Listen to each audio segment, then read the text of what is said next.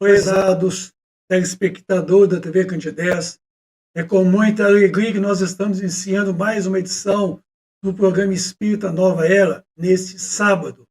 E hoje, o programa Nova Era ele vai trazer para todos nós a continuidade daquele assunto que nós, na semana passada, nós iniciamos. O programa Nova Era ele é uma realização da AME, Aliança Municipal Espírita de Divinópolis, certamente com a coprodução do CEP, Centro de Estudos e Pesquisas Espíritas. Hoje, daremos prosseguimento àquele estudo do Código Penal da Vida Futura, trabalhando hoje a 11ª parte, o capítulo 7 do livro O Céu e o Inferno, de Allan Kardec, onde estamos falando sobre a justiça social segundo a visão da doutrina espírita. Então, é aquelas perguntas que vocês estariam fazendo. De onde eu vim? Por que estou aqui? Por que sofremos a dor? Como se pode se libertar dessa dor, do sofrimento? Para onde irei quando daqui partir?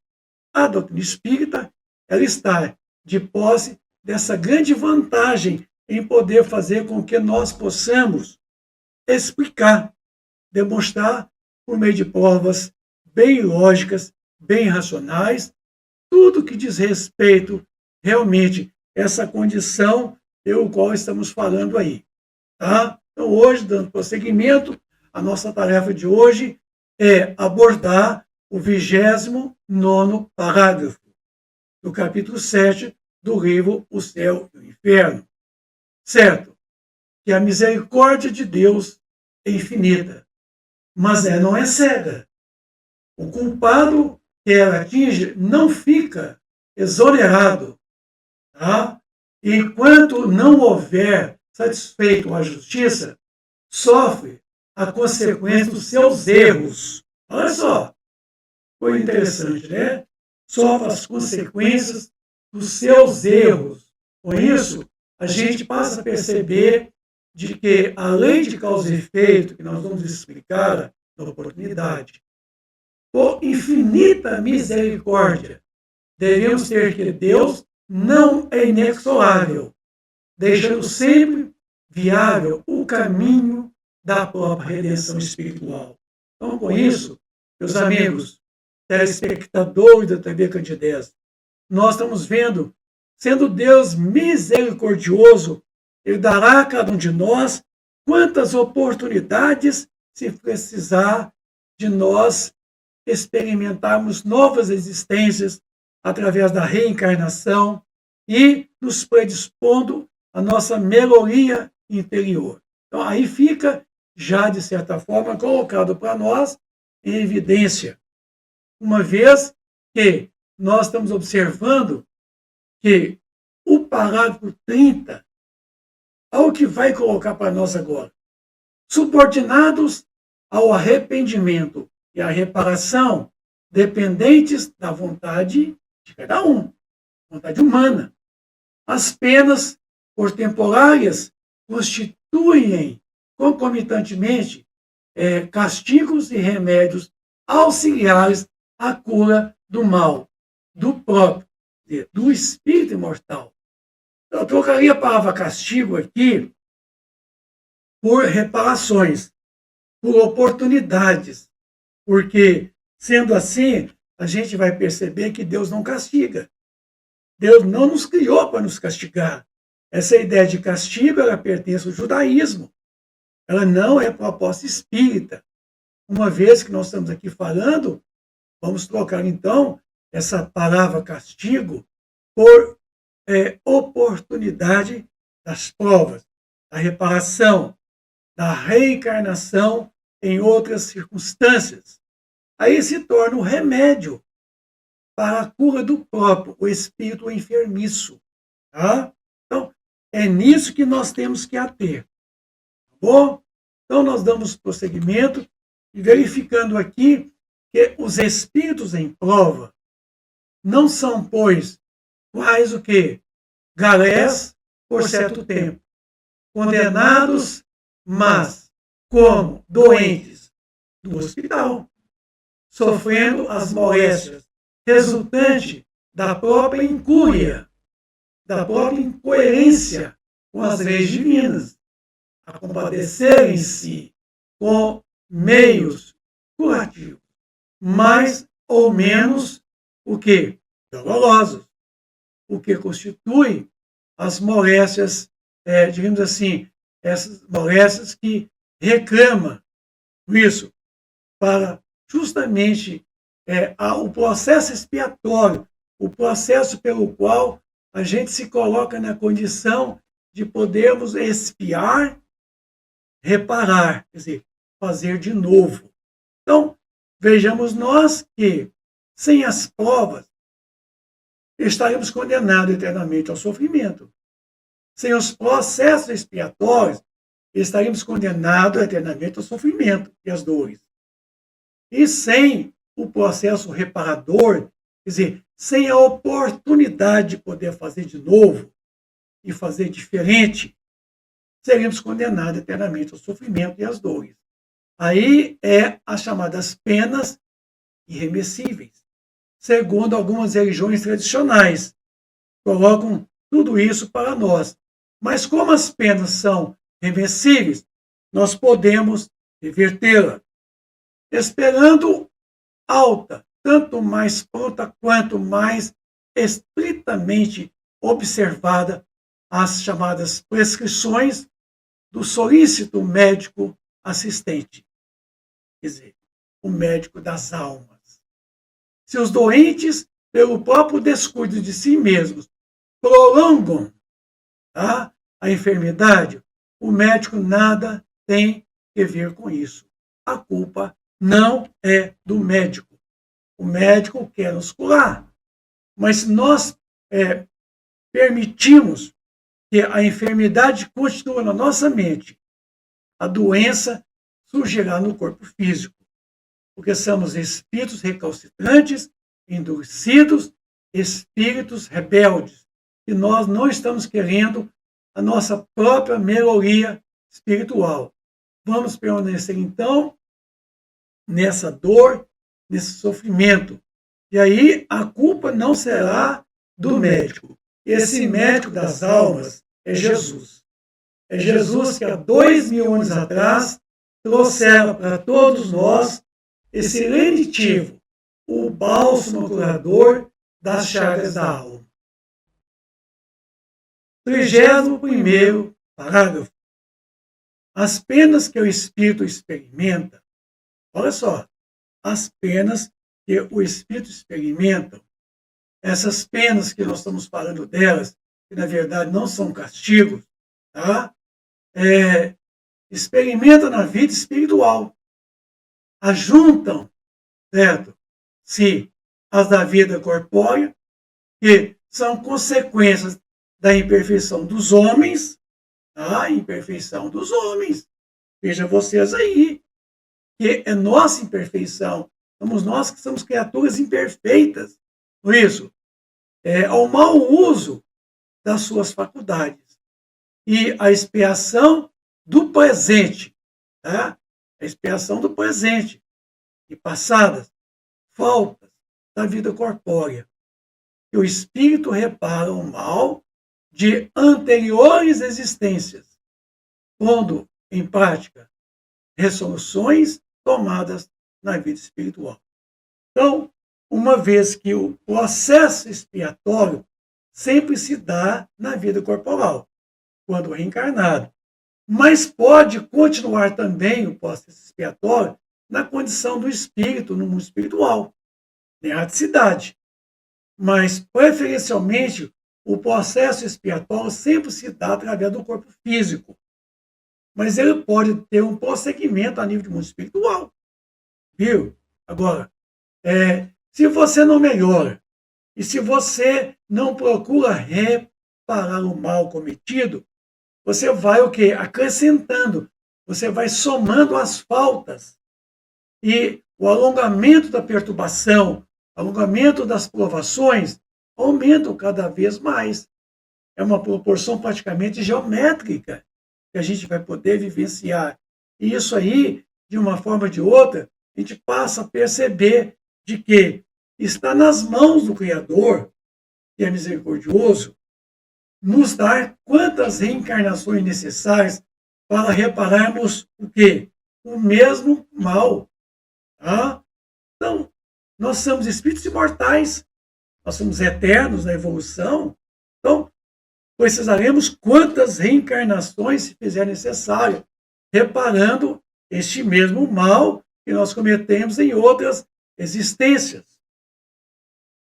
Assim se explica as misérias, vicissitudes mundanas que, à primeira vista, parecem não ter razão de ser justas. Elas, no entanto, como espólio do passado, herança que serve à nossa romagem para a perfectibilidade. É isso que é importante agora, a gente perceber de que as misérias, as vicissitudes, tá, dessa vida mundana, à primeira vista, pode parecer de não ter razão de existir, mas tem, certo? São elas, no entanto, é uma forma de espólio do passado, uma herança que se serve à nossa romagem evolutiva, nosso crescimento, para atingirmos, então, a perfeição, que inicialmente é a qualidade de espírito. Mas nós estamos na perfectibilidade. Nós somos seres perfectíveis. Ainda não estamos completamente perfeitos, embora nós somos uma obra perfeita. Sendo Deus o Criador perfeito, a sua obra tem que ser perfeita. Agora, uma coisa é certa, nós não estamos. Nós estamos perfectíveis, tendenciosos ao crescimento espiritual. E aí é que vai acontecer esse lance que nós estamos falando aí, dessa busca incessante da nossa perfectibilidade. E aí, a questão que nós vamos poder observar é essa aí, que a gente vai entender que bem-aventurados os aflitos, que são aqueles que realmente, estando dentro de um processo expiatório provacional, saberão superar as provas, saberão realmente aceitar as provas e submeter a elas e sairmos bem dessa condição. Porque as provas é para pôr em termo a nossa condição de sofrimento e de dores. Mas para isso, temos que vencer nós mesmos, a nossa imperfeição, e crescermos intelectualmente. O 22º capítulo, parágrafo, aliás. Deus disse, não daria prova maior de amor às suas criaturas, criando-as o que é infalíveis e, por conseguinte, essas isentas dos vícios inerente à condição de perfeição. Quer dizer, Deus nos criou simples e ignorantes, mas todos nós tendenciosos ao crescimento espiritual. Então para isso, tá, fora preciso que ele criasse seres imperfeitos, nada mais tendo adquirir que um conhecimento, quer em moralidade, tá? Então, para tanto, ele criou seres perfeitos, porque Deus é perfeito. Sua obra não pode ser imperfeita. E, no entanto, nós estamos imperfeitos. Mas quis Deus que nós pudéssemos atingir a perfeição. Aí é justamente aquela pergunta 132 do Livro dos Espíritos, que coloca que o principal objetivo da encarnação dos espíritos é fazer com que eles possam atingir a perfeição. Para alguns é expiação, para outros é o quê? É uma missão. E assim, sofrendo as provas que a vida nos coloca em nossa trajetória, a gente superando essas provas, a gente cresce. A gente sai da perfectibilidade e atingimos a perfeição, que é inerente a todas as criaturas que se encontram aí a caminho da evolução espiritual. Certo? Porém, Deus poderia fazê-lo. Se não o fez, é que, em sua sabedoria, quis que o processo e o progresso constituísse a lei geral. Então, quis Deus que nós avançássemos por nós mesmos. Viu? Que ninguém fizesse por nós, mas que pudesse fazer com a gente. Como Jesus, certo? Ele tomou as nossas dores e sofrimento, mas ele não carregou a cruz sozinho. Quando ele mesmo disse, quem quer se libertar, tome sua cruz e venha. Então, quer dizer, ele, de certa forma, nos proporcionou o Evangelho.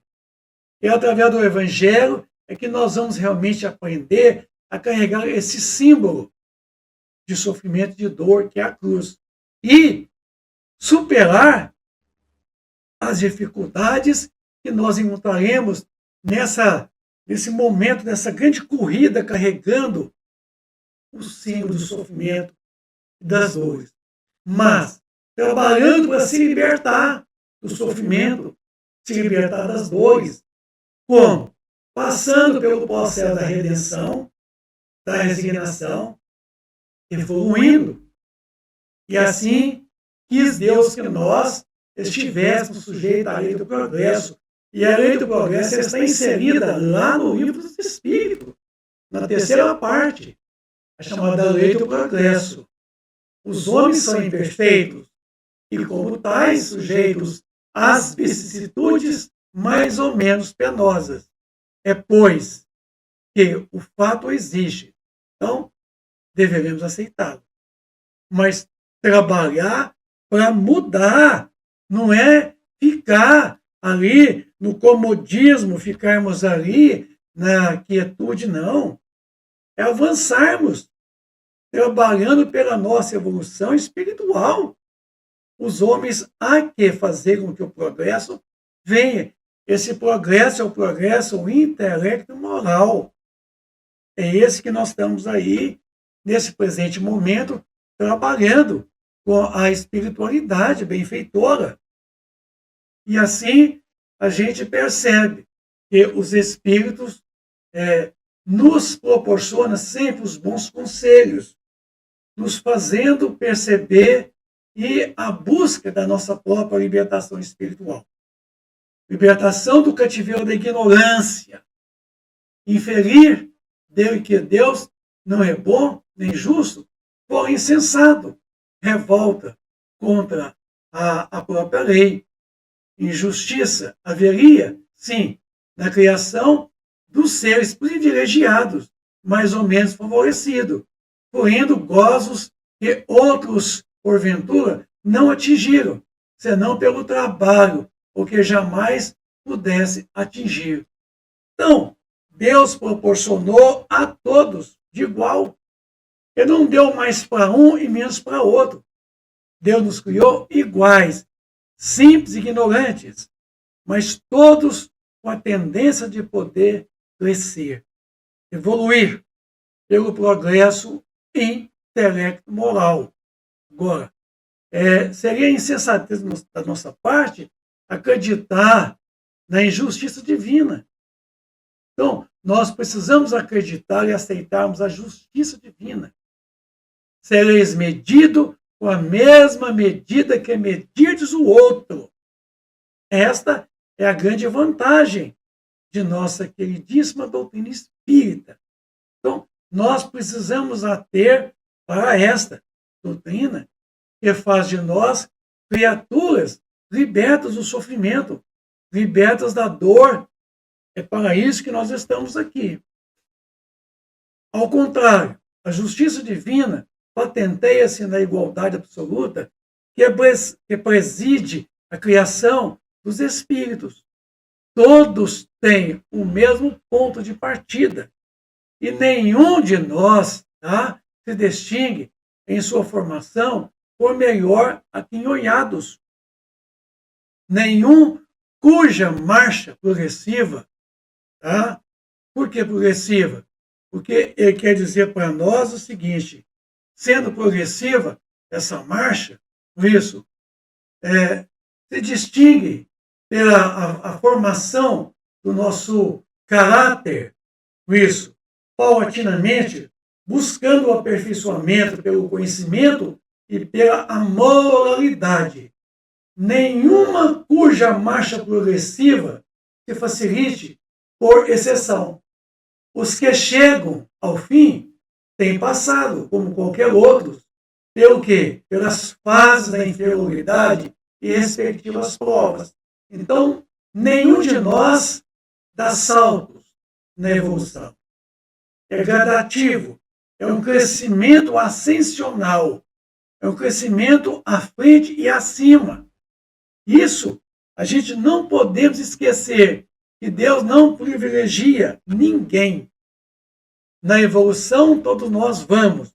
Alguém vai a pé, alguém vai de bicicleta, alguém vai de moto, alguém vai de ônibus, alguém vai de avião. Quem vai chegar primeiro? A escolha é sua. Então, não existe na evolução privilégio.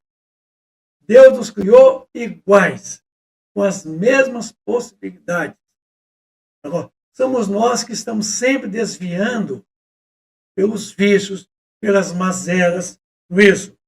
Estamos aí não cumprindo com o papel que, na verdade, haveríamos de poder cumprir. Isso posto, nada mais justo que a liberdade da ação, que a cada um foi concedida. Tá? É o caminho da felicidade. A todos se abre amplo, como a todos as mesmas condições para atingi-la. Então, não tem desigualdade, exceto por conta própria. Então, Deus nos criou iguais, mas a questão da igualdade só está no ato da criação, porque hoje, pela evolução, nós não estamos iguais, embora nós somos iguais no ato da criação, mas não estamos. Por quê? Alguém avança mais, alguém mais lento na caminhada, alguém estaciona. E assim, a ideia de igualdade é utopia. Por que utopia?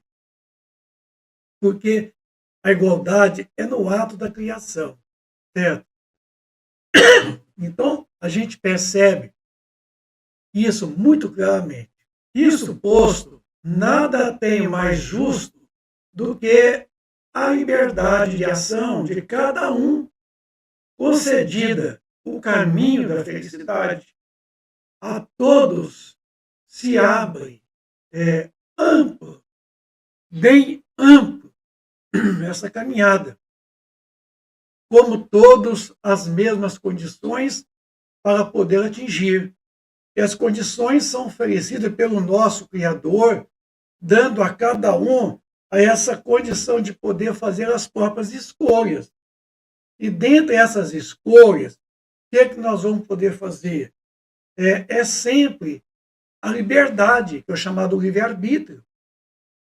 Mas, em contrapartida, essa liberdade, que é o livre-arbítrio, nós temos o senso moral, que é justamente aquele juízo de valor pelo qual nós empregamos o tempo todo, fazendo sempre, possivelmente, as melhores escolhas.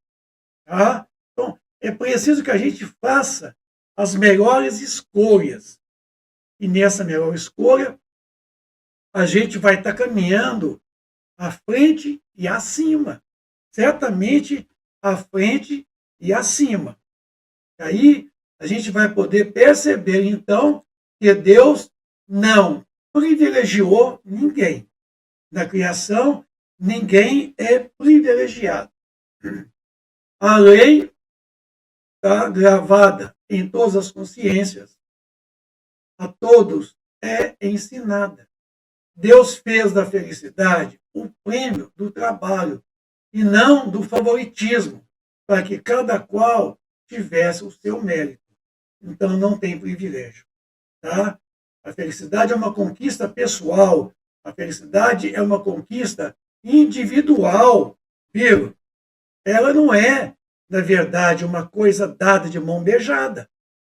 Então, é pelo trabalho, é pelo esforço individual que nós vamos realmente passando pelas provações, vencendo essas provações e buscando, certamente, o crescimento espiritual.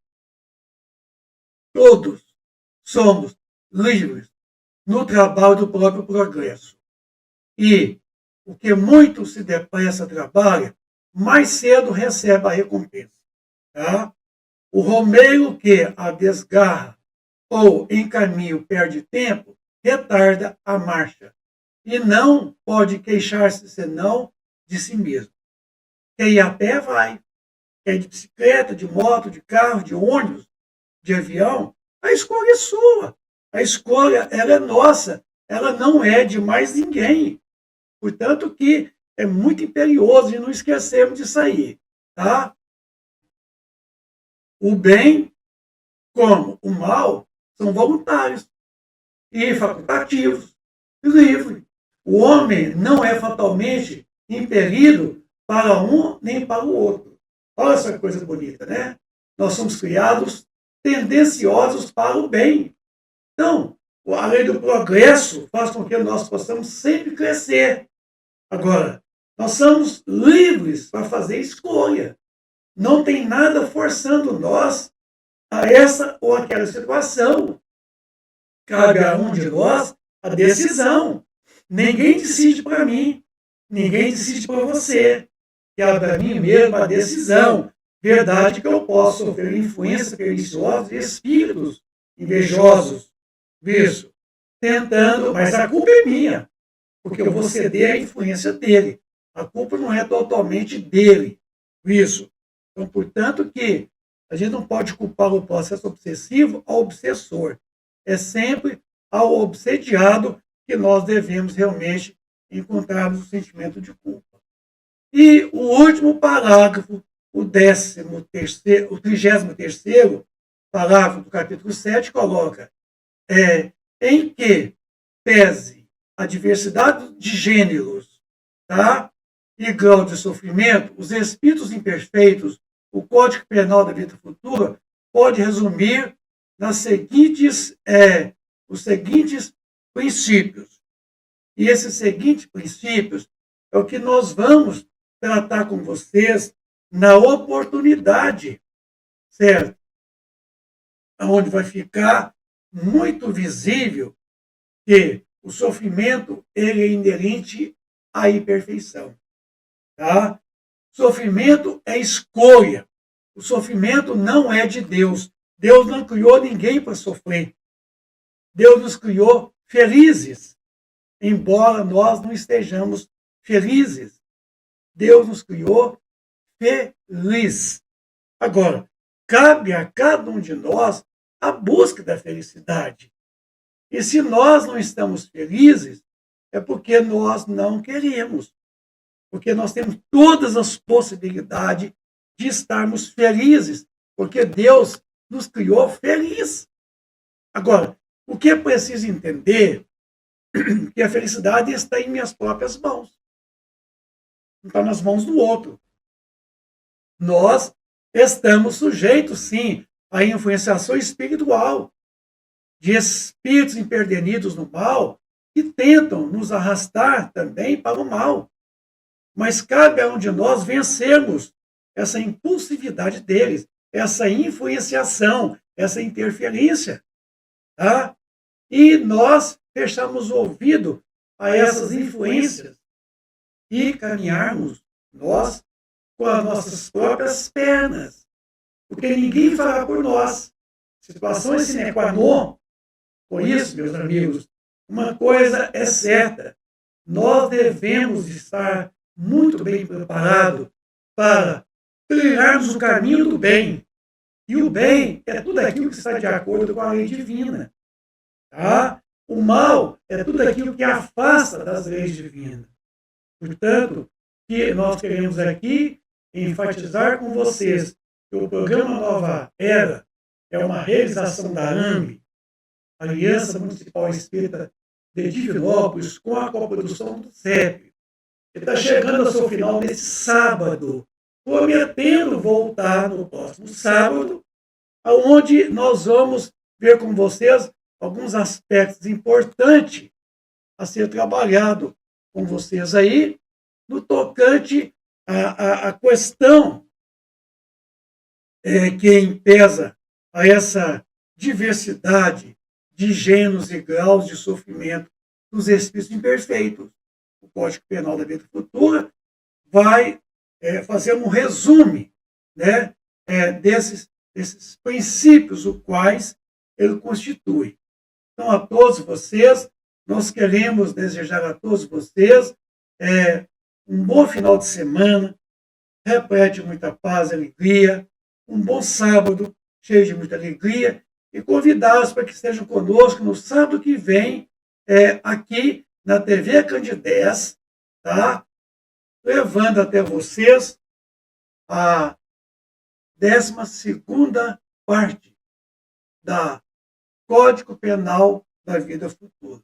A todos vocês, então, um bom sábado, até sábado que vem, quando aqui novamente estaremos com vocês. Obrigado, bom dia.